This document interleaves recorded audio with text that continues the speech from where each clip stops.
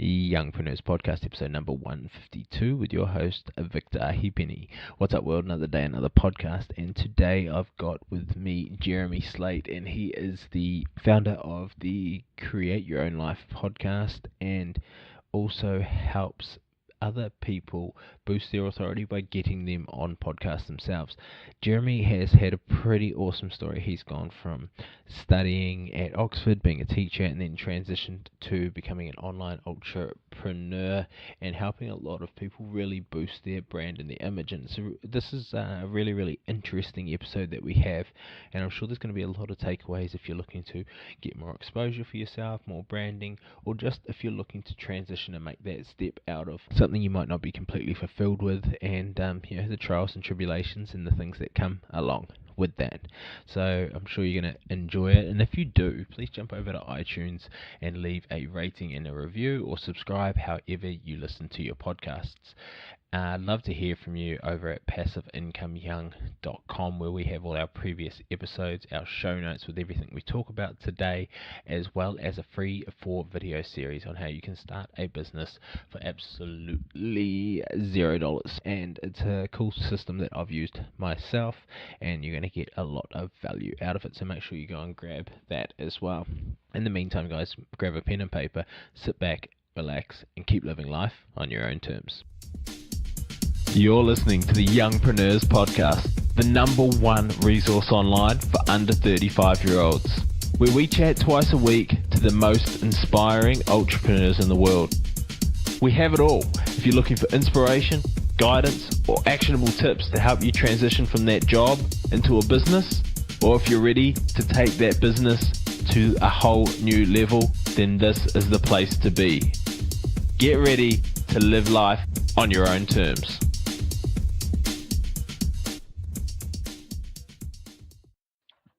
Youngpreneurs, welcome to another episode of the Youngpreneurs Podcast. Super stoked to have you here, as always, as you could be anywhere, but you're listening to us right now. So, and when I say us, I've got my friend Jeremy Slate here, and he is another podcaster and also a PR expert. And yeah, we're just going to delve into everything that's kind of happened on his journey, which will hopefully help you on yours. Welcome to the show, Jeremy. Hey, thanks for having me, Victor. I am stoked to be hanging out with you today, man.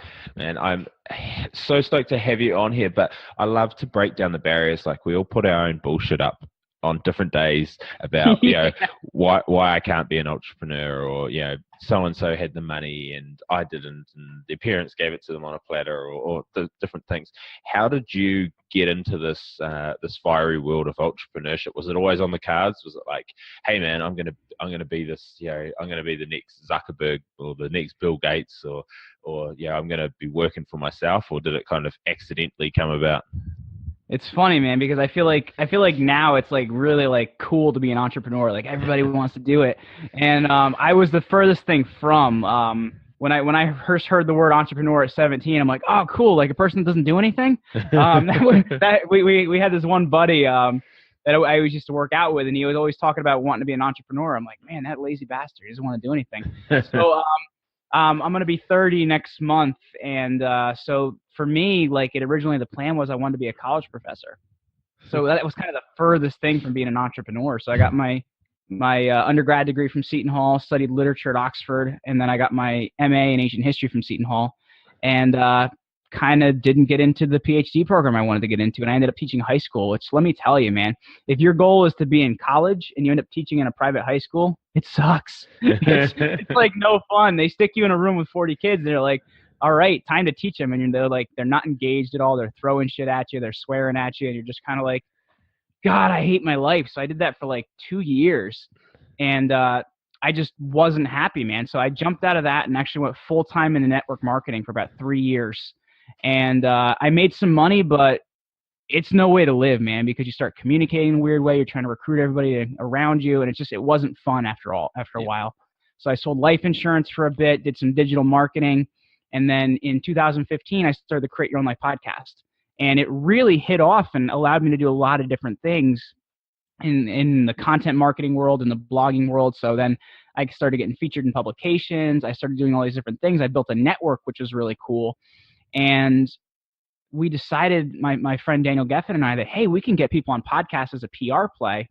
And we found out that it was really, really needed and wanted. And we very quickly built a business that now has 22 customers we have that we get on podcasts. We've done well over 100 shows of getting people on shows. And it's been very different from where I expected myself to be. I expected myself to be, teaching out of college. Yeah. Nowhere like where I am now, man.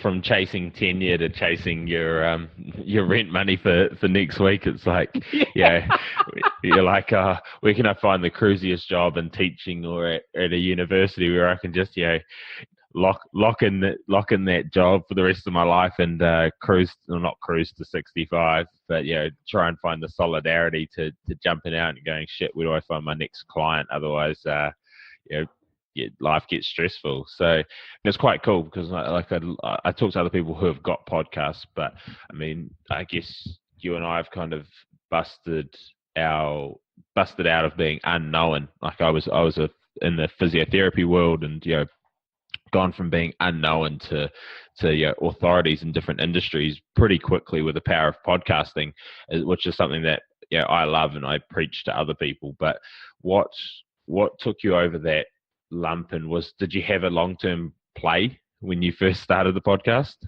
I had no idea, man. Like, I always wanted to do something creative, and I really didn't know what I wanted to do. So I started a podcast in beginning of 2015, and it was the worst thing. It was atrocious. It was called Rock Your Life, and I did the graphic design at the time at Microsoft Paint. So it was really bad. The audio, there was no miking. It was me talking at my laptop, and I was an expert on nothing. So it lasted about a month and a half, and it was really bad because I had been a podcast listener for years and years and years.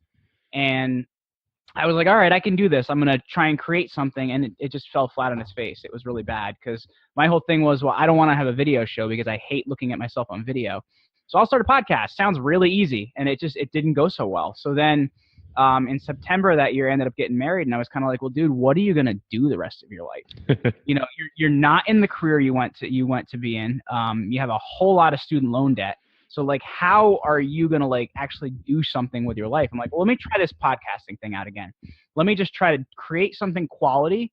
Because I have this whole idea, if you create something that helps other people survive well and you do a really great job at it, that you're going to get the right kind of attention and the right kind of things are going to come your way. Like, you have to work. You're not just going to be like, I want this, and you're going to get it.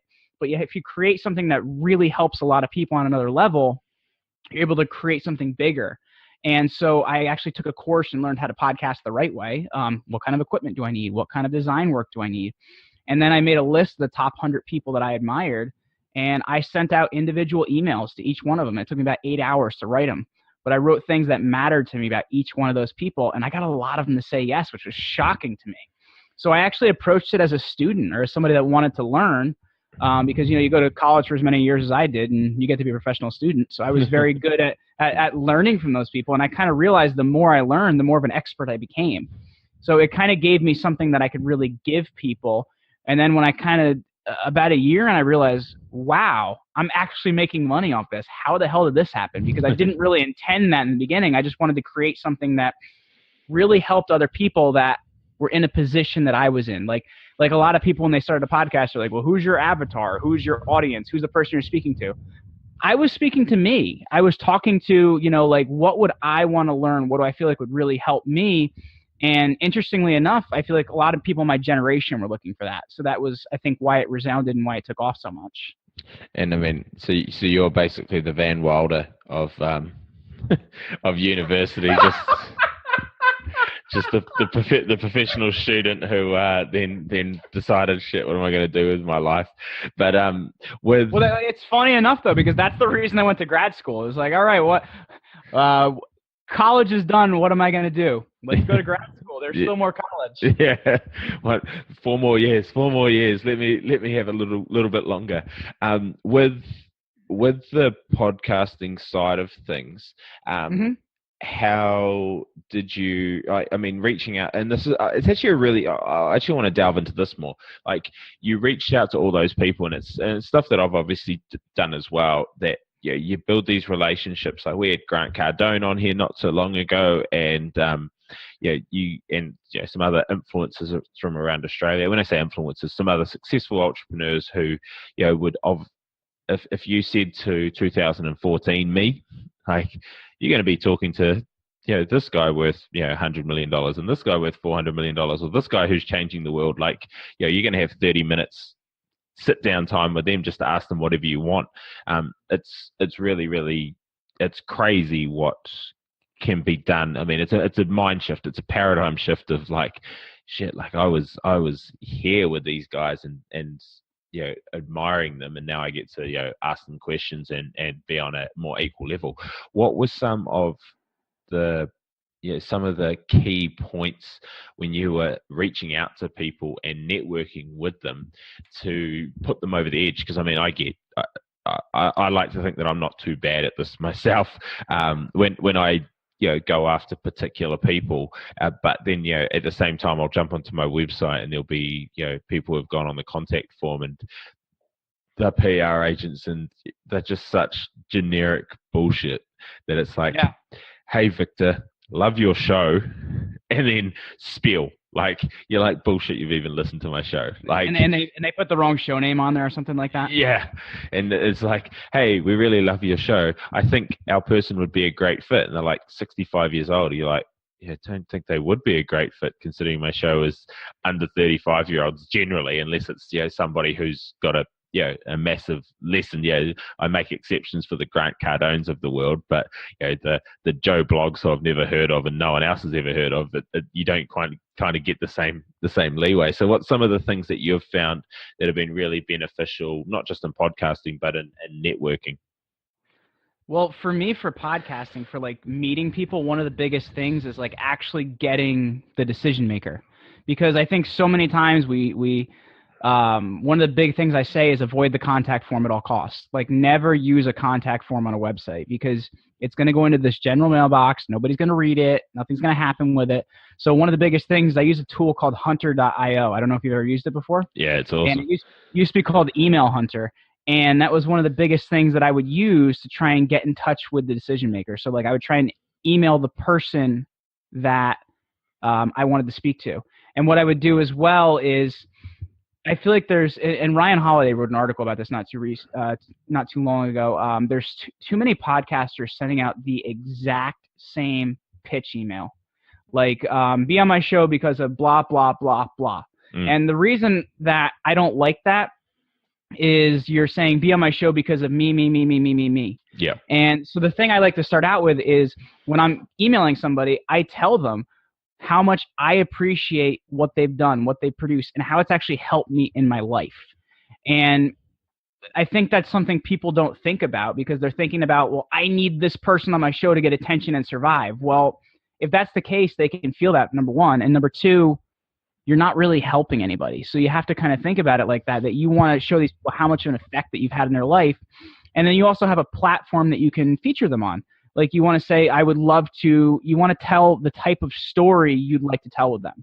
And that's what a lot of people don't do with a guest, because they'll be like, well, all right, well, you want him in your show. What do you want to talk about? And that's what you have to have ready right off the bat. Like, I want to talk about X, Y, and Z. And if you give them the type of things that really matter to you that you want to ask them, then you got a much better opportunity of getting them, because they'll say, number one, this is different than what everybody else is asking me. Number two, he's actually got a purpose to getting this thing done, because so many people, like I don't know how many podcasts you've been on, Victor, but you get on like some different ones as a guest, and sometimes the host sucks, man. And you're just like, what am I doing here? And so you need to show them you're a professional about what you do. Yeah. And I think anytime you have professionalism in what you do, and you're always thinking, what type of value can I offer first? That's when it changes, because too many people are thinking about themselves and what they're going to get out of it. And that's one of the things I've looked at with meeting people, is how can I offer you value? I'm always looking to give to people. And because of that, the flow has to balance itself out and I receive. Yeah. You have to think about giving first. And that's what's huge about it, is that's why I hate things like business cards and stuff like that. It's like, here's my business card. You get in contact with me, or like, even if they give you yours, you still kind of, it's like, oh, have you got a business card? Oh, nah, just let's connect on LinkedIn, or what's your email address? I'll flick you through something that might be of value to you. And right. And people are like, oh, Oh, yep, cool. And as soon as you can have like a transparent conversation, like I'd go, yeah, in the physio world, I'd go to or physical therapist world, I'd go to Hmm. say a surgeon's talk, and then I'd email them the next day just saying, yeah, hey, thanks, that was really awesome. And then from then on, you just put all your contact through that email, and so even if they forget who you are, you know, 3 months later, when you not necessarily need something from them, but you might be sending a patient to them or something like that, they're going, oh, okay, that person's, they thanked me for the value that I gave them, and they said, oh, that, oh, my patients really think that you're great. They really enjoy coming to you, and then all of a sudden you start getting referrals off them, and it just becomes this kind of mutually awesome relationship. But Well, and I think too, though, it's the uniqueness of that contact as well. Like one of the books I read recently, which was like total like mind blown, was called Giftology by a guy named John Ruhlin, yeah, and it's about giving gifts that are custom to that person. yeah, So, like for example, I had an author I interviewed, and I happened to find on some obscure blog that he loved reading G.K. Chesterton and C.S. Lewis. So I collect books. You were making fun of my books before and saying, "Hey, Ty Lopez, knowledge," because you saw my bookshelf behind me. But I collect old books. So like when I travel, I'll look for old books in bookstores, and I actually had a 1901 edition of a G.K. Chesterton book. So took it, packaged it up, and mailed it to this guy. And basically, I've been able to bounce any idea off of him that I ever want an opinion on, because I just thought about, hey, I just want to give you this because I know you'd appreciate it more than I would. yep. And it's about having unique gifts that actually show you care about, number one, what the person cares about and who they are. Yep. I think I heard the giftology guy getting interviewed on Pat Flynn's Smart Passive Income podcast, and he does like corporate gifts, and they avoid Christmas and they avoid Yes. Easter and things like that. So it's not like, oh, they're giving because they're giving me this shit gift basket at Christmas because they're giving all their clients that. It's like, September the 7th, and they're giving me, some cool tickets to the season openers of the NBA because they know that I love the NBA or whatever it is. And it's just, it doesn't necessarily have to be expensive, but it's just showing that there's thought that's gone into it. But yeah, it's easy, man. Like, who doesn't like getting a gift that doesn't feel like it's bulk bought and sent out to everybody?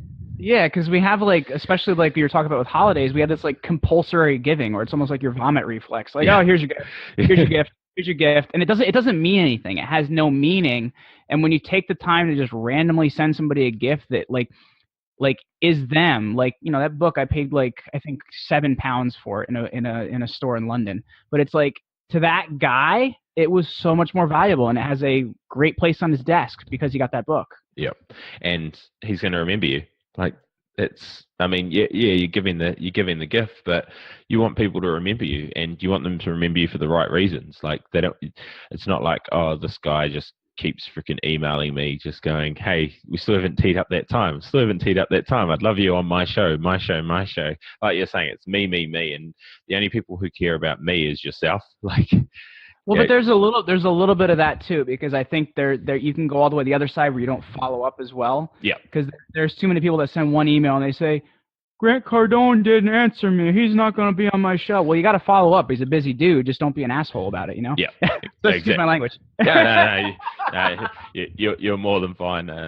This is not PG, but yeah, I agree, and it's that point where you're saying to people like, hey, I don't expect anything back, but I'd love to add further value to you. Like, a podcast is, I think as podcasters, you need to realize that, the guest is providing, ideally great value to your show, and also ideally, giving you taps into a new audience. But on the flip side, you're giving them a platform to share their message.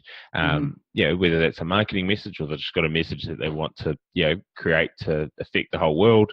It doesn't matter. You're also of value to them. And often I think, if we take the me stuff aside from it, you've got to also realize that you're providing a valuable service to people in whatever you do. It doesn't just have to be podcasting, but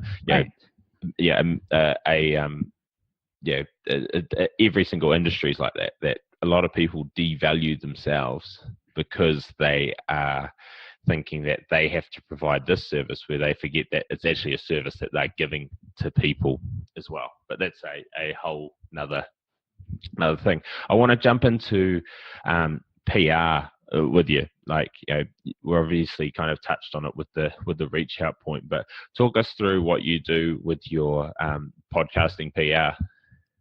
Yeah, so we, I want to say November of last year, I was producing podcasts for people. Yep. So I was actually going out, doing all the reach out, getting them, and then one of the awareness campaigns before they get on the show, I would get them on a bunch of other shows so people knew who they were. It was great.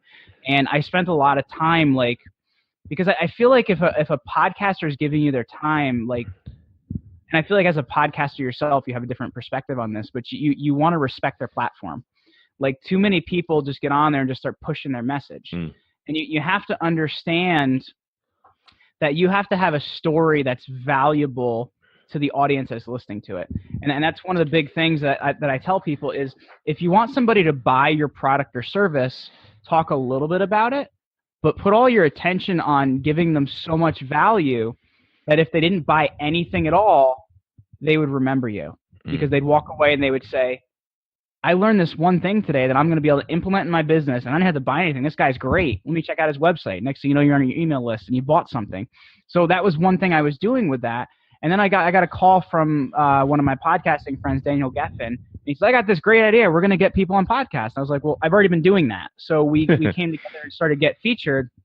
And we've put so much attention on finding the right shows and the right guests to match up, because I think there's too many people that are just trying to get on any show. And I think you want to make sure the client gets value, but it's all about making sure the podcast gets enough value, because each podcast has their own individual audience that are looking for very particular things. So we spend a lot of time on coaching people. What is the story that's going to resonate with the show you're going on? What message do you want people to walk away with? And then your call to action. So we're really spending time on making sure people are going to deliver before they go on a show, because there's too many people out there that are just, I feel like it's right now with podcasting especially, it's like a very cool thing to do for all these guys that are just trying to get into the entrepreneurial world, to say, hey, let me just stick people on podcasts. Yeah. And there's more to it than that, because you have to understand how hard and long a lot of people have worked on these platforms. And we were talking before about people sending you like bad pitches. Yeah. And I think that's something you have to understand too. We tell people, if you're going to go on a show, listen to a few damn episodes first, because you need to know the person you're talking to. Because let's say you make a comment that has nothing to do with that show. Well, now we look like a jerk and so do you, and you just disrespected the host. Yeah. So it's really important to do that and connect with them in that way, so that you're protecting their platform and also delivering great value. And I think that's what really is first and foremost, that if you deliver great value, you get all the other attention and things like that you want. And I think one of the important things about creating and crafting that narrative for each show is making it reflect. But a lot of people, like you say, they just go straight into it, and it's like, and I run masterminds and I do this and I do that, and you're like, man, take people on a journey. Like I'll tell you who I think is one of the best podcast guests for creating a narrative that is basically pretty similar at the start with each one, but then goes into each host, is Ryan Levesque. Yeah, absolutely. Like he's got an amazing, he's got a story that he's like, I mean, obviously reading his book as well, but he'll be like, if it's a longer form one, he'll be talking about, how he's in China, and basically goes through his whole book in it to a degree. Other times he'll just be talking about, how they're relaunching something, and what they learned from the previous launch of the Ask method, or different things. So it's more like, okay, this is more of a digital marketing thing. They don't necessarily need to know my backstory, but they want to know my backstory of my message there is more like, he might say, oh, we launched it last year and we did really well. We did $2 million or whatever, and but we realized that we probably left $2 million on the table, and that's what we're and then he'll give them the learnings from that, and then a more low-key one, he'll just kind of introduce them to the Ask method. So he's really good at crafting his narrative around know, like, and trust for that particular audience. And that's why people, there's kind of that big ecosystem of all the big dogs in the Yeah. in the online world who are all mates with each other. But that's why they're happy to get them on there, because he comes on and he just smashes value particularly for their audience. Well, and it's also remembering that each one of those like downloads or numbers is a person, and you have to emotionally connect with him, because it's funny you talk about Ryan Levesque, because he has a really powerful story he told on Pat Flynn's show about how he had driven himself into illness and how he didn't know what was going on in his life, and people connect with that, and they a lot of times aren't going to remember what you told them, but they're going to remember how you made them feel. Yep. And I think that's one of the big things you have to understand is they're human beings, man. They're listeners. They're people. Yeah, exactly. We had a big kind of breakout session at a podcast event I spoke at, and it was about how if you've got one listener, then you should keep going. Like, because so many podcasters, they jump in, podcasters, bloggers, whatever, they jump in and they're like, I've only got X amount of clicks, I've only got X amount of followers or listeners, and they just put it into a number where they're like, when really it's like, man, somebody is. And that's why I try and start my show with like, thanks for taking the time to listen, because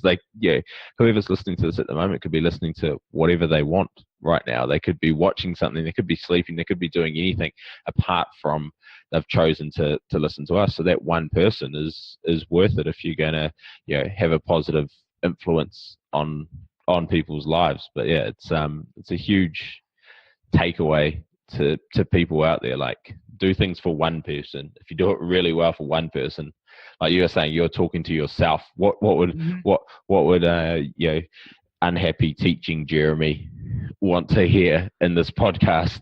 Well, I think at the time he wanted some sleep, but that was about about it. And then you crafted a good message for that, and then the fruits of your labor come in, not necessarily straight away, but they continually build with business side of things. If we're fast forwarding 2 years from now, what does it look like? What are you doing, and where do you want to be? It's funny because I do something once a year called like, what is your ideal scene? Like, what are the things what are the halves that you want to have so you can work it backwards? And our goal for the end of next year is to have this is kind of big, but to have 1,000 clients and to be the most sought after firm for getting people on podcast shows, because we're offering the best quality guests that are trained for shows and that everybody wants them. And that's one of the big things that I like to hear from a host. Hey, your client was great. Thank you so much for sending them. Who else do you have? Yep. Because if you're getting a response like that, you're doing a great job. So that's really, what I want to see. In terms of like actually having a physical office location, we're more of a distributed work team because my business partner lives in Israel. So I don't know that we're ever going to have a concrete location. Yep. But really, I just looked at it on the number. We've looked at it on the number of people we want to serve, and by the end of 2018, we want to be servicing 1,000 people. Yeah, nice. I mean, I think you don't need a physical location. You work in the digital world, and we work in a world where everyone's turning into freelancers more so than having any stability or security in jobs. So, if you can have a team around the world, if it works, and it means your business is running 20 hours a day because people are around the world, rather than 8 hours a day or whatever with multiple team members, then it's really, really cool. And what do you think the biggest barriers to that success are going to be?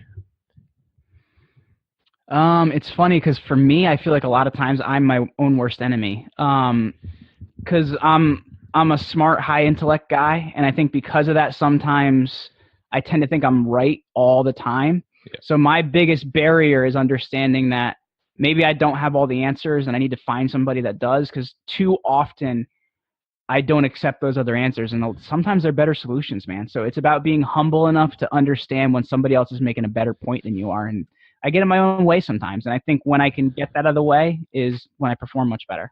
Cool. So, I mean, I imagine that's probably your worst business trait. What would you say your best business trait that will build towards success of your business will be? I am the most damn persistent person you will ever meet in your entire life. I will run my head into a wall 99 times if I'm going to get through it that 100th. Yeah. I follow up like a bat out of hell, man. That's my real skill, is persistence. And so in that case, what does your day look like? on average?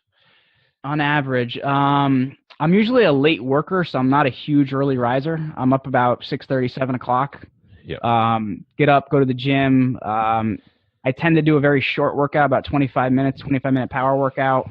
Come back, take a 10-minute cold shower, gets all the inflammation out of your body, raises your metabolism. And by 8:30, 9 o'clock, I'm working, man. And I will take a break somewhere mid-afternoon between client calls, phone calls, and whatever, and have dinner with my wife around 6 or 7, and then I'm usually working until 11, 12 o'clock at night. And that's a right now thing, man, because right now we're in a phase where we're really, really building, and I don't expect that to be the future, but right now it's a lot of work in the time being. Yep. And what do you imagine your ideal day would look like in a happy world, a couple of years from now? I think if I could knock off around 2 or 3 o'clock, that would be fine. Yep. It's just kind of like having a shorter day, so that because you get to a point where you're more the executive, right? So you're able to run a lot of different things in your business, and that's a very necessary place to be. But you don't have to be putting in the same amount of hours. But in order to create everything, you have to be the one creating it. Yeah, that's what I saw. I heard it. I think it might have been Tim Ferriss talking about it, about Warren Buffett's diary, his daily planner. And he was on some TV show, and they said, "Oh, yeah, Warren, you must be so busy." He's like, "Yeah, I am. Do you want to see my my planner?" He pulls it out of his top pocket and he threw it across the table, and they opened it, and it was blank on every day. My gosh!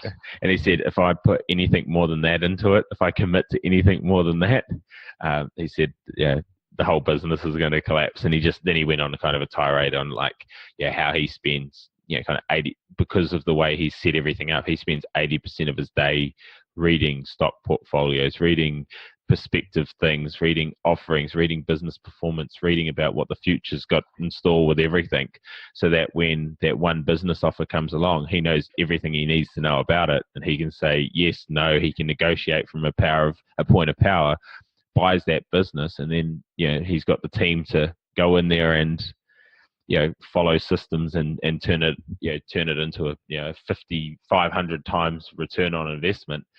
But he said, that all comes from having the time to be that executive level person, which is it's a cool thing to talk about theoretically, and it'd be an awesome thing to do, in the real world. So it's I think it's something that you and I probably are both aspiring to, of that point of, hey, what can I learn to implement to make things better for my team? You really have to be the one with the vision, right? Because it's got to come from somewhere. And I feel like right now, for some reason, there's a lot of I hate the 1%, and there's a lot of executive hate and stuff like that right now. But that's a super necessary position because they steer the ship, man. Without them, there's not really anybody who put it there.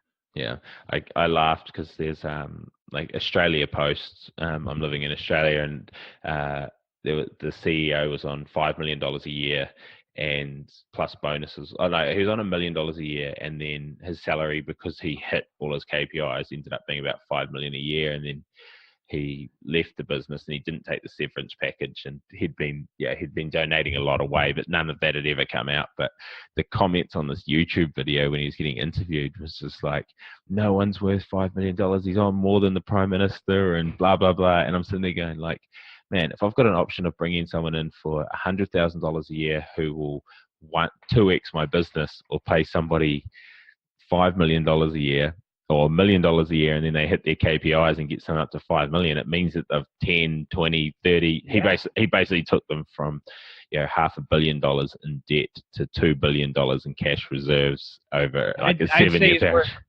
I'd say he's worth the money, man. Yeah. Jesus.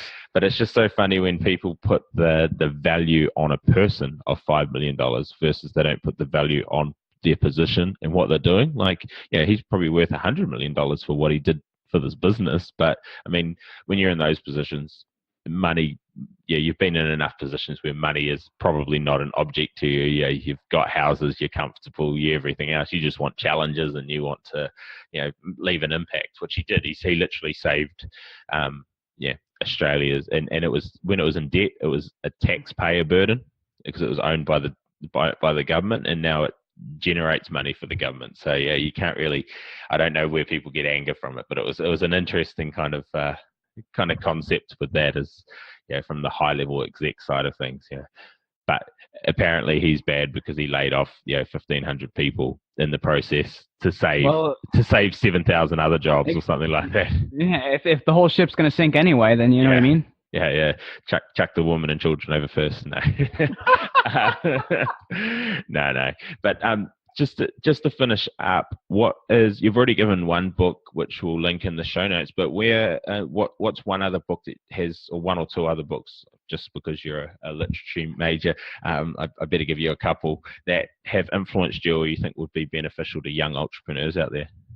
Wow, they would have to have an attention span for the one. I just read a really great biography of U.S. President Harry Truman by David McCullough. That was a great book. And I like looking at people that are high-level leaders like that because they really have to do so many different things that people don't expect. So that was really cool to see a lot of his strategy in the Second World War.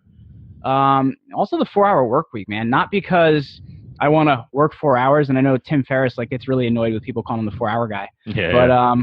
But it's the idea of putting systems into your business. And I think a lot of people don't think about that. We waste so much time and energy. And if you just kind of look at it from a higher level of how can I put systems into my business, that's where that book's been really valuable to me. It's how can you 80-20 life, basically. Business, exactly. Life, everything can, like as you're saying, I do a short workout or do this cold shower. I was about to go, I don't think you're a Tim Ferriss fan at all. No, not at all, man. Not at all. I mean, I'm a groupie of his, and he'll be on the show one day. He just doesn't know it yet. And the original title of that book, by the way, was "Drug Dealing for Fun and Profits." It's like I would have picked that up, but I know that a million other people have picked up the 4-hour work week because they've been in the airport disgruntled, flying somewhere for work, and they've gone, fuck my boss, like I'm going to pick up this book and then I'm going to just be working 4 hours a week. But I mean, I've had multiple guests on here who have actually, I had one guy who got to 4-hour work months and was still generating 6 figures with the drop shipping business, and then took 6 months off and disappeared and went and trained and then won a world taekwondo champs. And but then he came back, and obviously the way that he filled those other bajillion hours a week was doing all the taekwondo. He came back, he's like, I'm bored. This 4-hour work month sucks. And then he just created more businesses and had more time to be the higher level person. But it's pretty cool. So I will link the 4-hour work week, which is he's probably got the most links to his website coming from mine, and that other book, which I'll be sure to have a look up myself at the show notes, passiveincomeyoung.com. I just loved having you on, and just want to welcome you to the Youngpreneurs family. If people want to check out more about what you're up to and find out more about your podcast, where can they go? What can they do?